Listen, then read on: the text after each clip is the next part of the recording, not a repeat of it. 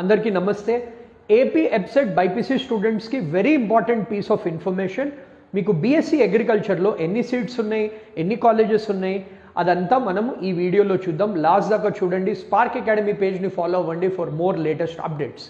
So ఇప్పుడు మనము government seats చూసామంటే అవి agriculture college Bapatla, agriculture college Srikakulam, agriculture college Rajamahendravaram, SVU Tirupati, agriculture college Nandyal, MG Gautam Reddy college Udayagiri, agriculture college Pulivendula.